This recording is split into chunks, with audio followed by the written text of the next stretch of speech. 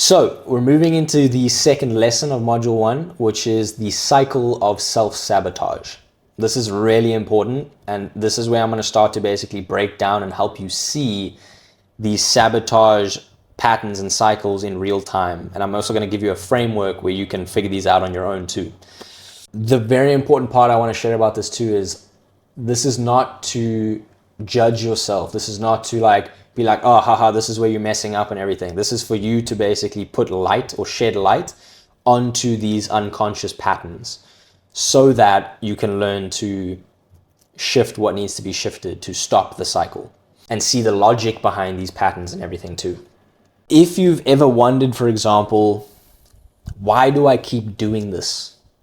Why do I keep reacting in these ways? Why do I keep going back to this partner? Blah, blah, blah, blah, blah. It's not because you're weak or broken or stupid or whatever. Whatever you're thinking that's negative, it's not that. Kind of like I said before, don't listen to the thoughts, don't listen to the fears. They're trying to hold you down. It's because your nervous system, your thoughts, your beliefs, your emotions, they're all tied together right now in this survival loop. And it's in these survival loops that we sabotage and that we cause negative outcomes and that we sort of reinforce the whole loop again. But we're going to go into that. I'm going to show you how that works, and most importantly, how to start interrupting or breaking that cycle/loop. And what I'll do is I'll go back into the diagram right here.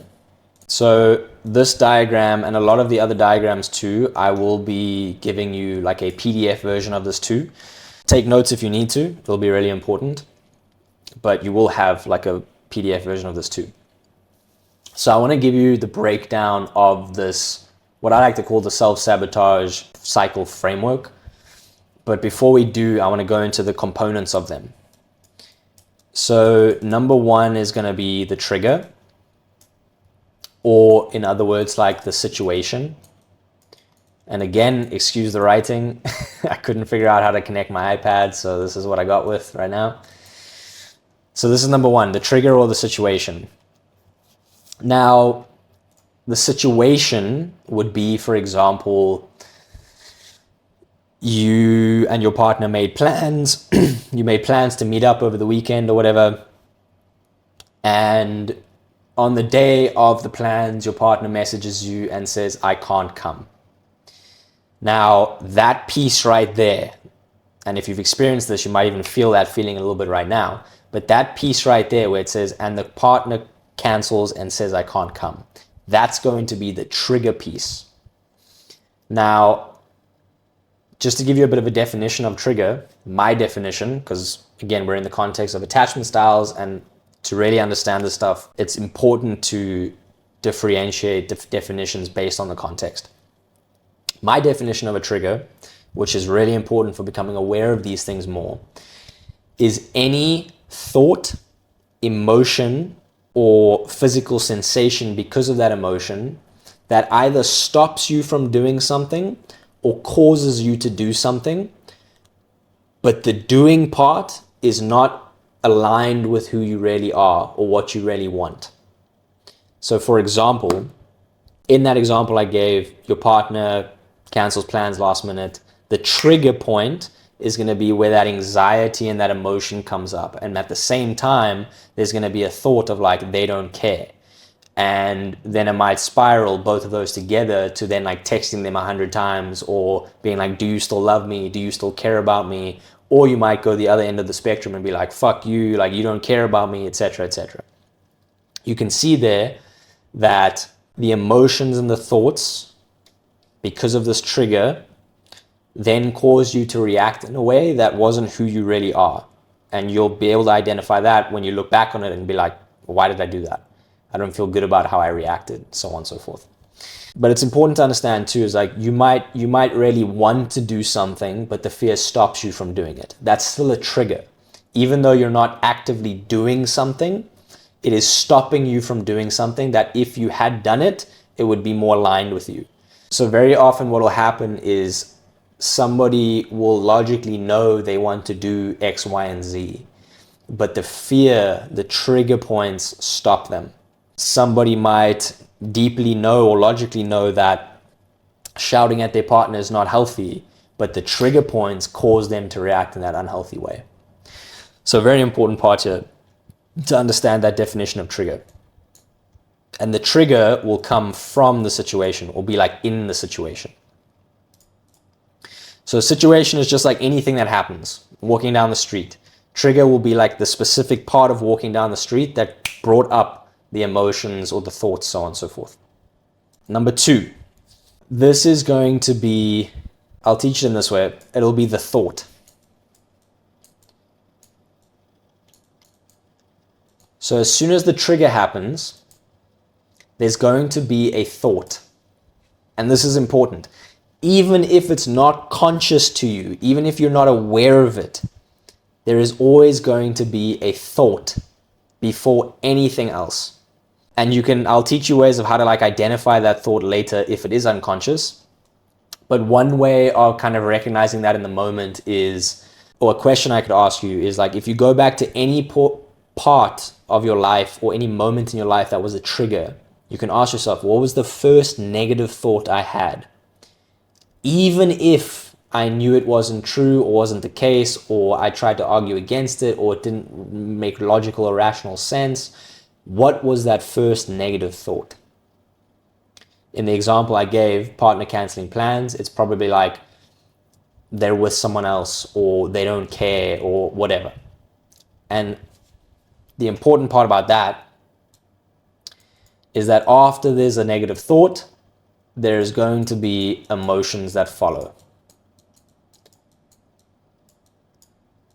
That's going to be the fear, the panic, the anxiety, the anger, and then the physical sensations along with that will be like tight chest, tense, shaking, sick to the stomach, etc., etc.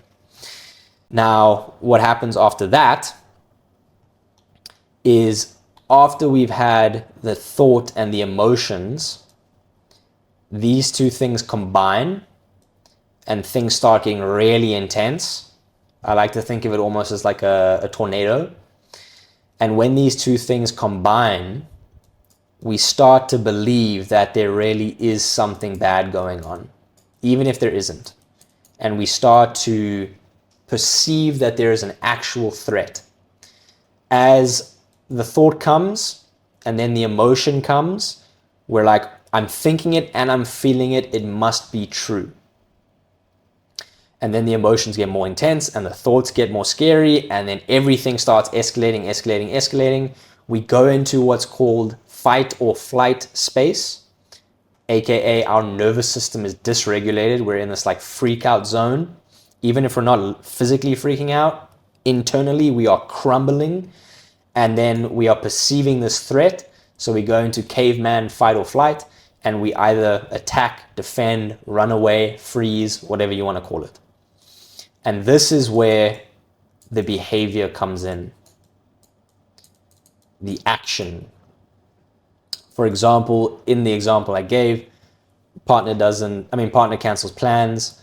We're like, I'll keep it simple. Partner cancels plans. The thought is they're with someone else. That's why they cancel plans. The emotion is like fear, betrayal, panic, anger.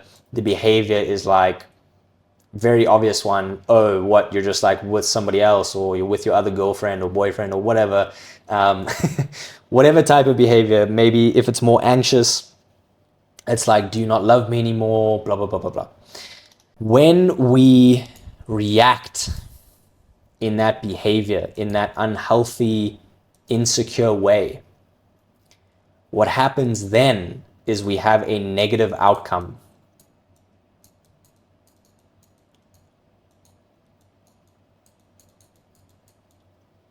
Okay, we have a negative outcome.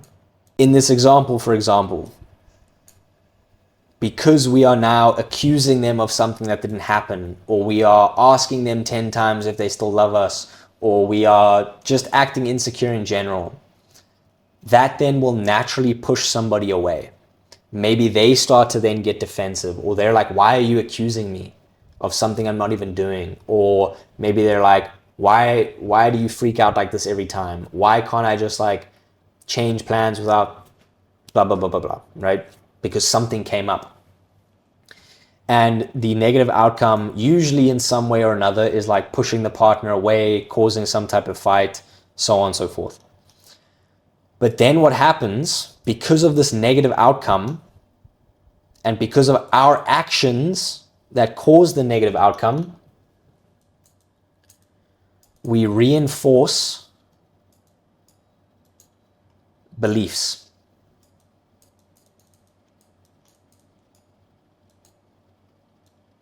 And this is a very important part that we'll get to, but we reinforce unhealthy or negative beliefs because we have tangible evidence now.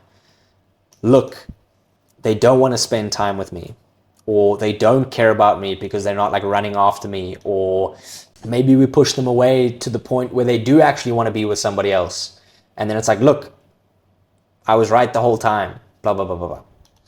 So this is a very important part here, which is, I'm putting it number 7, but I want you to understand that this part here that I'm about to say is actually like the most core thing. It's there before anything else, which is what we've spoken about already, which is those beliefs.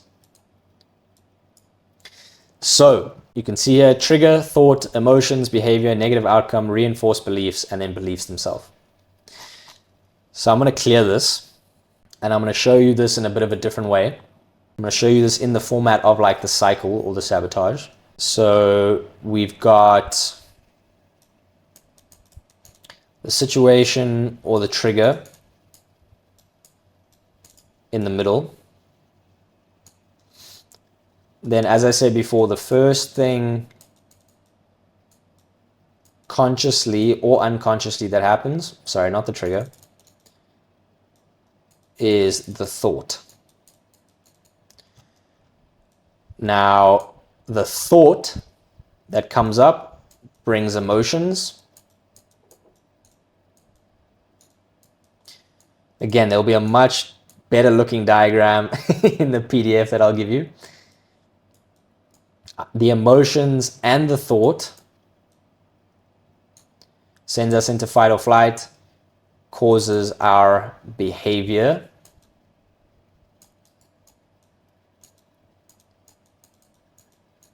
And it's very important to understand here, like 9 times out of 10, that behavior is going to be unhealthy in some way. That behavior then causes a negative outcome.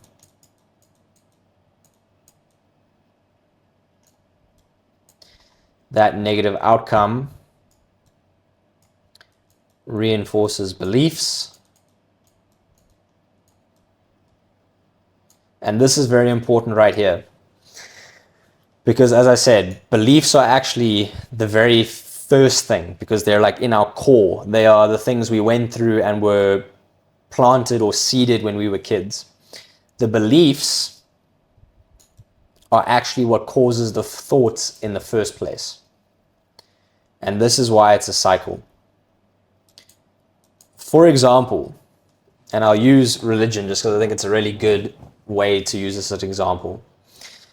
For example, if somebody believes there is a God, then if they go out and they see the situation or the trigger as like a beautiful sky, the first thought they're going to have, God is good, God is great. That's going to bring up emotion, gratitude, feeling of like expansiveness, etc., which is going to cause them to behavior-wise, I don't know, pray, whatever. That's going to cause, okay, maybe not the best example for this, but that's going to cause a positive outcome in this situation, which is going to reinforce their belief of like God is real. They're going to feel more positive. They're going to act in more positive ways, which is naturally going to bring positive outcomes, reinforces their belief that God is real and good. Bringing this to relationships, what I'll do is I'll actually use an example here from my life. So a recent partner that I dated, she came and spent the night at my apartment. Now, it was her first time in my apartment, and she went into the bathroom She came out of the bathroom and she was quiet. And she looked upset, but she wasn't saying anything. Now, I've done a lot of work in this space. I've grown a lot myself. So immediately I was like, something's up, right? I can tell when somebody's like not feeling good. I can see it in their face. I can see it in their actions, so on and so forth. So I asked her, what's up? I can see something's wrong. And her immediate reaction was to like deny it, was to put on a tough face, blah, blah, blah, blah, blah. But I know how to like talk to people in that kind of space. So eventually I got her to open up. And basically she was like, Aaron, I went into your bathroom and there was a pink shampoo bottle in your shower. And she said to me, there's only two things that could mean. One, there was somebody in here recently that you were sleeping with. And maybe it was before me. And I shouldn't be upset because like we've just started dating, like we're not even like dating, we're in that sort of like talking, vibing stage, whatever. So we're not even official, we're not even like exclusive. So I shouldn't be worried, but I'm still feeling some stuff around this. Number two, you had somebody in here recently or while you're actually with me. And again, technically we're not exclusive, but like I'm still feeling some type of way. Now, before I go into the grand finale of the situation, let me just use that as an example. So she most likely had a belief that people will betray her or that she's not good enough, so therefore people will leave her, hurt her, so on and so forth. Therefore, when she saw this situation of a shampoo bottle being in my bathroom that was pink, her first thought, and you can see her first two thoughts, somebody else was here, somebody has been here like recently or like right now kind of thing, which brought up emotions, which was like anger, frustration, jealousy, so on and so forth, which caused her to shut down, to disconnect from me, to go quiet. Now, had I not known what I had known, that would have caused the negative outcome of like, well, now we're disconnected. Now we're not connecting. She's cold, she's distant, blah, blah, blah, blah, blah. And had I not known what I had known, that might have like triggered me, which caused like a fight, which caused like a blow up, which caused like us never seeing each other again or breaking up or whatever, which would have reinforced her belief of people are going to leave me, I'm not good enough, whatever it is. Either because of her action, look, I'm getting jealous over something that I don't even know if it was true or not, or because of the negative outcome. Either way, those beliefs that are negative and limiting get reinforced. Now, the funny thing is, I said to her in that moment, actually, there's a third option, which is that this apartment was fully furnished to the weird degree of even the shampoo bottles.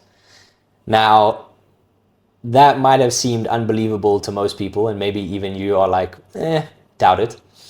But luckily, when I moved into the apartment or when I was viewing the apartment, I took a video and I was like videoing everything so I could look at it later. I went into the bathroom, and in that video that I could then show her was the pink shampoo bottle that they had left there for me.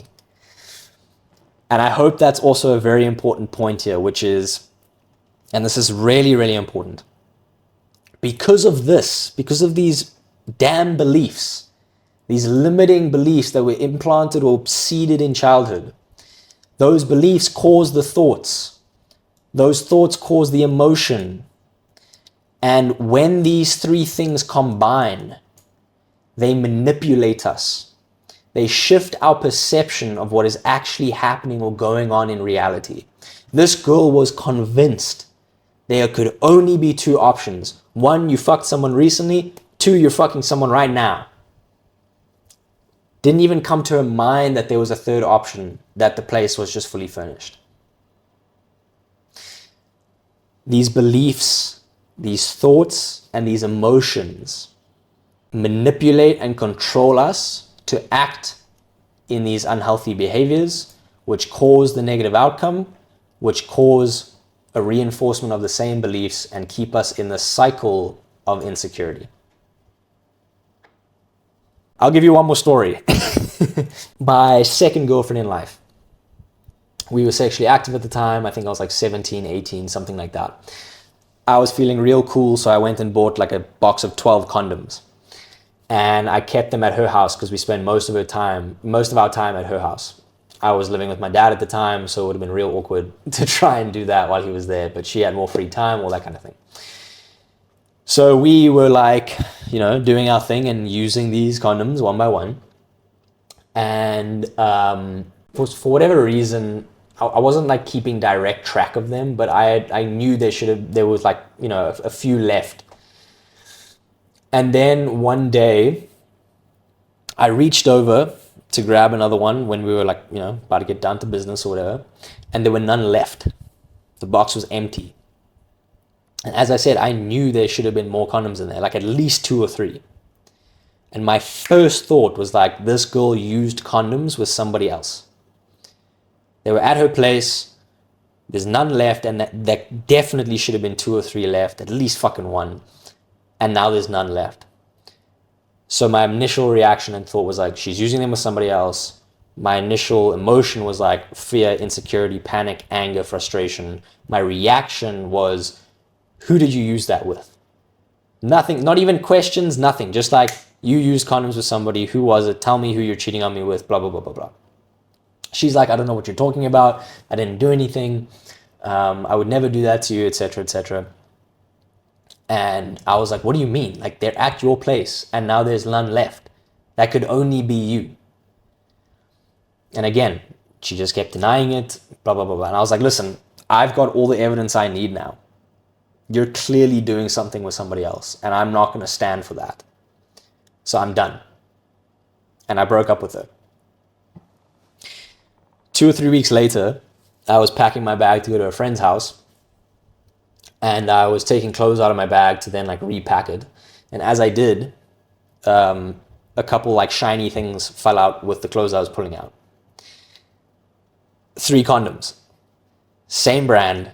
And I remembered in that moment that I had taken the condoms out of that condom box and put them into my bag because we had decided instead of staying at her for the one weekend that we were actually going to go to my house because my dad was going away. So I was like, let me be prepared and ready. I put the condoms into my bag, forgot about them, blamed this girl for something she didn't do, broke up with her, so on and so forth. Again, I did not think or believe anything other than what my mind and my emotions that were tied to the belief of like somebody is going to cheat on me or hurt me because I'm not good enough. I couldn't see anything else. And this is the epitome of self-sabotage when it comes to attachment styles, insecurities in relationships.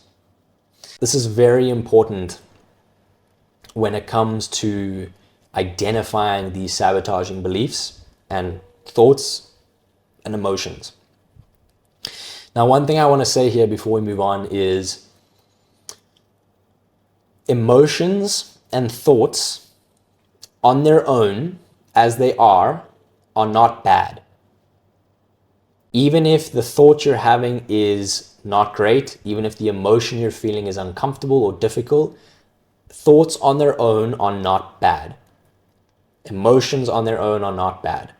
So just because you're feeling anxiety does not mean you are in a bad place or that it's not bad to feel anxiety. That's what I want to say. Anxiety can be really helpful in certain situations, like if you're walking down a street and for some reason a tiger appears or something like that. But in today's world, anxiety is very rarely actually to our benefit. And usually it is tied to some type of limiting belief or fear. But again, in and of itself, it's not a bad thing. Same with thoughts. Thoughts are really good. Thoughts can be really helpful if they are healthy and coming from the right place and being used in the right way, etc. So we're not trying to reject thoughts. We're not trying to reject emotions. We're not trying to feel bad if we're having these thoughts or having these emotions. The reason or the way that they turn into these sabotaging things is when they're coming from the belief. The limiting belief, like I said before, view that as bad for right now. View that as something that needs to be shifted, integrated, transformed, so on and so forth. Now we're going to go into, at a later stage, we'll go into how to deal with those thoughts and how to deal with those emotions. But as we learn how to regulate them, it's not to get rid of them or like reject them or anything like that. It's to deal with them in a healthier way so that they become just thoughts, just emotions, not terrible things that are like running and ruining our lives. Let's move into this very important part here, which is now you know the cycle exists. Hopefully you can see that in your own life. And if not, what I would invite you to do is just use that cycle we did. And as I said, there'll be a PDF as well. And start plugging in and playing with certain experiences you've had. So look back at any point where you felt a trigger and then start to see if you can find the negative thought you had, the emotion that came up afterwards. What was the behavior that you did? How did you then react internally, externally to those emotions and thoughts? What then happened when you reacted that way? And what do you think that might reinforce within you beliefs-wise?